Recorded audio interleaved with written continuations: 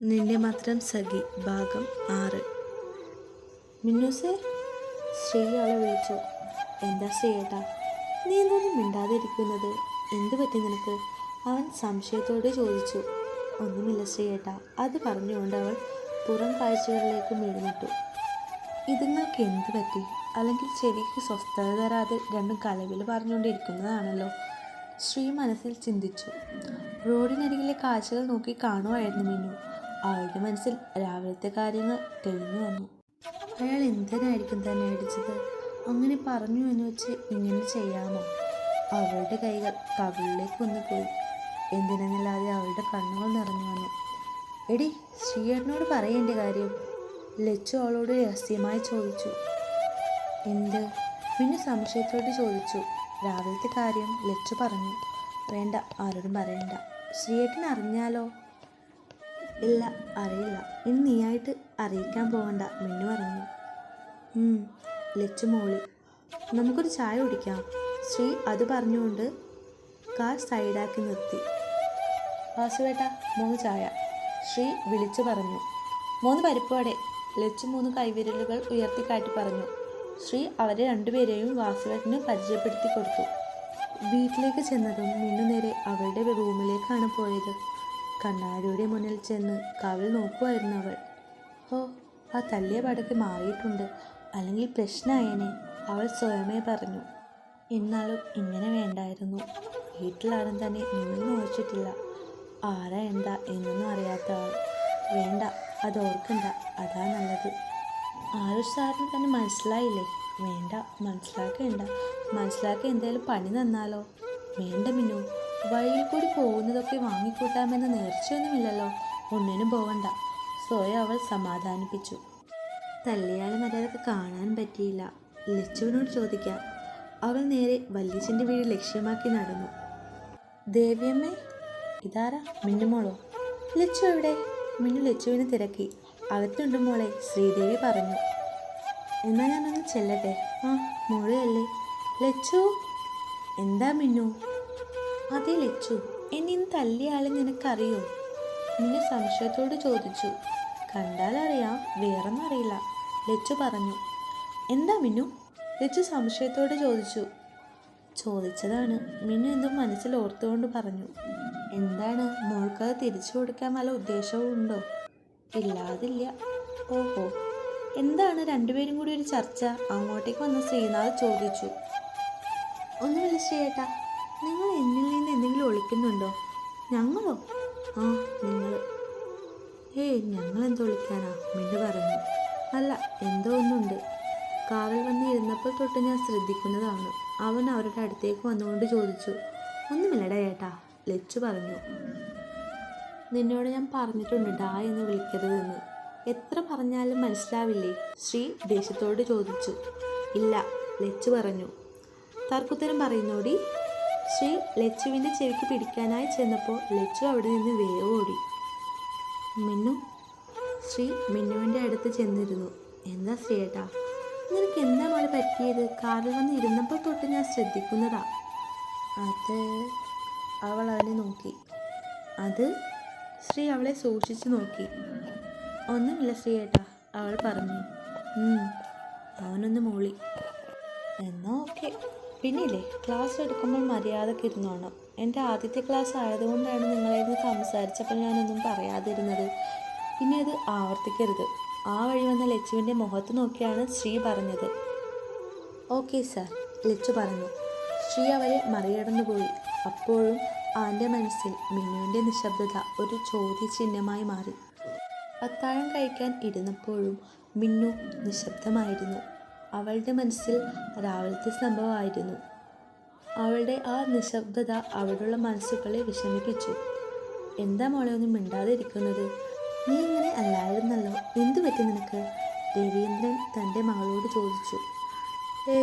ഒന്നുമില്ല അച്ഛാ, എന്തോ കാര്യമായി പറ്റിയിട്ടുണ്ട്. അല്ലെ, കോളേജിൽ നിന്ന് വരുമ്പോൾ തന്നെ അവിടുത്തെ വിശേഷം പറയുന്നതാ. ഇന്നിപ്പോൾ ഒന്നും മിണ്ടിയതേ ഇല്ല. മിന്നു കഴിക്കൽ മതിയാക്കി അവിടെ നിന്ന് എഴുന്നേറ്റു. മുറിയിലിരിക്കുമ്പോഴും അവളുടെ മനസ്സ് അസ്വസ്ഥമായിരുന്നു. വീട്ടുകാരോടും ഇന്നേവരെ ഒരു കാര്യവും താൻ മറച്ചു വെച്ചിട്ടില്ല. എന്തുണ്ടായാലും താൻ പറയുന്നതാണ്. ഓരോന്നും ആലോചിച്ചുകൊണ്ട് ഇരുന്നപ്പോഴാണ് വിച്ചു അവളെ വിളിക്കുന്നത്. മിന്നു, എന്താ ഏട്ടാ? എന്താ പറ്റിയത് നിനക്ക്? ഒന്നുമില്ലെന്ന് പറയണ്ട. എന്തോ പറ്റിയിട്ടുണ്ട്, കാര്യം എന്താണെന്ന് പറഞ്ഞാൽ മതി, അവൻ അവളോട് പറഞ്ഞു. അതെ ഏട്ടാ, കോളേജിൽ ഒരു ചെറിയ റാഗിങ്, അതിൻ്റെ ഒരിത് ഏട്ടനോട് മറച്ചു വെക്കാൻ പറ്റാത്തത് കൊണ്ട് അവൾ പറഞ്ഞു. അതിനവിടെ ഇങ്ങനെ ഇരിക്കണേ? കോളേജിൽ അങ്ങനെയൊക്കെ ഉണ്ടാവുന്നതല്ലേ മിന്നു? അവൻ അവളുടെ തോളിൽ തട്ടിക്കൊണ്ട് പറഞ്ഞു. വേറെന്തെങ്കിലും ഉണ്ടായോ? അവൻ സംശയത്തോടെ ചോദിച്ചു. ഏയ് ഇല്ല. എന്നാ മോള് കിടന്നോ? അവൻ അവിടെ നിന്നും എഴുന്നേറ്റു. എന്തുകൊണ്ടോ നിദ്ര അവളെ പുലുകിയില്ല. ഏട്ടനോട് ആദ്യമായാണ് ഒരു കാര്യം മറച്ചു വയ്ക്കുന്നത്. അത് അവളിൽ ചെറിയ നോവുണർത്തി. എന്ത് കാര്യം ഉണ്ടായാലോ ആദ്യം പറയുന്നത് ഏട്ടനോടാണ്. ആ ഏട്ടനോടാണ് താൻ ആദ്യമായി. അവളുടെ കൺകോണിൽ ചെറിയ നീർത്തുള്ളി രൂപപ്പെട്ടു. രാത്രിയിൽ എപ്പോഴോ നിദ്ര വന്ന് അവളെ പുലുകി. ഫോൺ റിങ് ചെയ്യുന്നത് കേട്ടാണ് ശ്രീ കിടക്കയിൽ നിന്ന് ഉണർന്നത്. എന്താ വെച്ചു? ശ്രീ ചോദിച്ചു. ശ്രീ, ഇന്ന് കോളേജിൽ എന്തെങ്കിലും പ്രശ്നമുണ്ടായോ? വിച്ചുവിൻ്റെ സ്വരത്തിൽ ആശങ്ക നിറഞ്ഞിരുന്നു. ഇന്നോ? എന്തുണ്ടാവാൻ? ഇല്ലടാ. എന്താടാ? ശ്രീ ചോദിച്ചു. ഡാ, മിന്നു ആകെ നിശബ്ദമായിരുന്നു എന്ന് ചോദിച്ചപ്പോൾ റാഗിങ് ഉണ്ടായെന്നാണ് പറഞ്ഞത്. ആദ്യമായാണ് ഇങ്ങനെ ഇരിക്കുന്നത്. എന്തോ കാര്യമായിട്ട് നടന്നെന്ന് തോന്നുന്നു. അവളുടെ ഇരിപ്പ് കണ്ടിട്ട് സഹിക്കാൻ പറ്റുന്നില്ല. റാഗിങ് ഉണ്ടായിരുന്നോ? എന്നോട് പറഞ്ഞില്ലല്ലോ. ഞാൻ ചോദിച്ചതാണ് മിന്നുവിനോട്. കാറിൽ വന്ന് ഇരുന്നപ്പോൾ തൊട്ട് ഞാൻ ശ്രദ്ധിച്ചതാണ്. ആളാകെ നിശബ്ദമായിരുന്നു. ചോദിച്ചപ്പോൾ ഒന്നുമില്ലെന്ന് പറഞ്ഞു. പിന്നെ റാഗിങ് കോളേജിലൊക്കെ പതിവല്ലേ?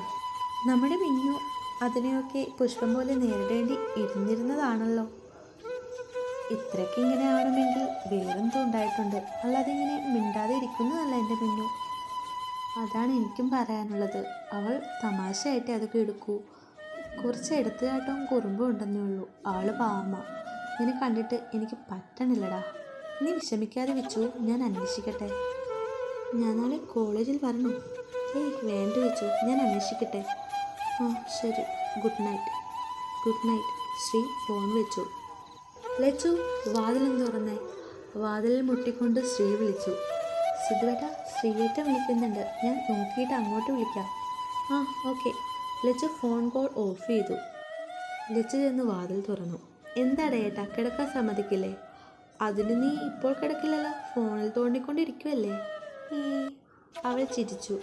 കോളേജിൽ റാഗിങ് ഉണ്ടായില്ലേ എന്ന്? ദൈവമേ, ഏട്ടൻ എങ്ങനെ അറിഞ്ഞു? അവൾ മനസ്സിൽ ചിന്തിച്ചു. ആ ചെറുതായിട്ട്. എനിക്ക് പാട്ട് പാടാനാണ് കിട്ടിയത്. ഞാൻ നന്നായി പാടി. അവൾക്ക് ഇഷ്ടമായി. നിങ്ങൾക്കൊന്നും എൻ്റെ പാട്ട് കേൾക്കണ്ടല്ലോ. ലച്ചുവിന് ഫാൻസ് ഉണ്ട്. അവൾ വലിയ കാര്യമെന്ന പോലെ പറഞ്ഞു. അതവിടെ നിൽക്കട്ടെ, ഞാൻ മിന്നുവിൻ്റെ കാര്യമാണ് ചോദിക്കാൻ വന്നത്. അവൾക്ക് എന്താണ് പറ്റിയത്? അവൾ പറഞ്ഞത് കേൾക്കാതെ അവളോട് ചോദിച്ചു. അത് ദൈവമേ, ഏട്ടനോട് പറയണോ? അവൾ ചിന്തിച്ചു. നീ കാര്യം ആലോചിക്കാതെ. പറയണത് സത്യമായിരിക്കണം. കള്ളമാണെങ്കിൽ സത്യം അറിഞ്ഞാൽ നിനക്കിട്ട് കിട്ടും. അവൻ ഗൗരവത്തോടെ പറഞ്ഞു. പറയണതാ എനിക്ക് നല്ലത്, അവൾ മനസ്സിൽ ആലോചിച്ചു. അത് ഏട്ടാ, മിനുവിനെ ഒരു ചേട്ടനെ പ്രപ്പോസ് ചെയ്യാനാണ് സീനിയേഴ്സ് പറഞ്ഞത്. അവളത് കേട്ടും ചാടിത്തുള്ളി പോണതും കണ്ടു. പടക്കം പൊട്ടുന്ന ശബ്ദവും കേട്ടു. മര്യാദക്ക് തെളിച്ച് പറയടി, അവൻ ദേഷ്യത്തോട് പറഞ്ഞു. അവൾ ഇഷ്ടമാണെന്ന് പറഞ്ഞതും ആ ചേട്ടൻ മിനുവിനെ തല്ലി. അവൾ മുഖം താഴ്ത്തി പറഞ്ഞു. തല്ലിയെന്നോ? എന്നിട്ട് കോളേജിൽ വെച്ച് പറയാതിരുന്നത് എന്താ? ഞാൻ അവിടെ ഉള്ളതല്ലേ? അവനത് കേട്ടതും ദേഷ്യം തോന്നി. അതേട്ടാ, മിന്നു പറഞ്ഞു പറയരുതെന്ന്. കിടക്കാൻ നോക്ക്, ഫോണിൽ കളിക്കാതെ, അവൻ പറഞ്ഞു. ആ, നിന്റെ ഫോൺ എന്തേ? അവൻ സംശയത്തോടെ ചോദിച്ചു. ദേ ഇവിടെ ഉണ്ട്. അവൾ മേശയിൽ കഴിച്ചുകൊണ്ട് കാണിച്ചു. എന്നാ അതിന്ന് എൻ്റെ കയ്യിലിരിക്കട്ടെ. അത് പറഞ്ഞ് അവൻ ഫോൺ എടുത്തു. അയ്യോ ഏട്ടാ, എൻ്റെ ഫോൺ താ, അവൾ അവനോട് പറഞ്ഞു. അതിനൊരു രൂക്ഷമായ നോട്ടമായിരുന്നു അവൻ്റെ മറുപടി. ഒന്നും മിണ്ടാതെ അവൾ പോയി കിടന്നു. സിദ്ധുവേട്ടൻ എങ്ങനെ വിളിച്ചാൽ ഓർക്കാൻ കൂടി വയ്യ. അവൾ പുതപ്പ് തലവഴി മൂടി ആശങ്കയോടെ കിടന്നു. വാതിലിൽ മുട്ടുകേട്ടാണ് ലച്ചു എഴുന്നേറ്റത്. വാതിൽ തുറന്നതും ശ്രീ. എന്താണ് ഏട്ടാ, എനിക്ക് ഉറങ്ങണം. എന്നെ വീണ്ടും കിടക്കാൻ സമ്മതിക്കില്ലേ? മൈ സോൾമേറ്റ് ആരാ? ഫോൺ കാണിച്ചുകൊണ്ട് ശ്രീ ചോദിച്ചു. ഞെട്ടി ലച്ചു ഞെട്ടി. പറയ്, ആരാ? അവൻ്റെ മുഖത്ത് സംശയം നിറഞ്ഞു. അതേട്ടാ, എൻ്റെ ഫ്രണ്ടാണ്, അവൾ പറഞ്ഞു. ഏത് ഫ്രണ്ട്? അഭിരാമി. അഭിരാമിയോ? അങ്ങനൊരു ഫ്രണ്ട് നിനക്കില്ലല്ലോ. അത് ശരിയാണല്ലോ, എനിക്കില്ലല്ലോ, അവൾ ചിന്തിച്ചു. ഉണ്ട്. എവിടെയാണ് പഠിക്കണത്? +2 കൂടെ പഠിച്ചതാണ്. അവൾ എന്തിനാ ഇപ്പോൾ നിന്നെ വിളിച്ചത്?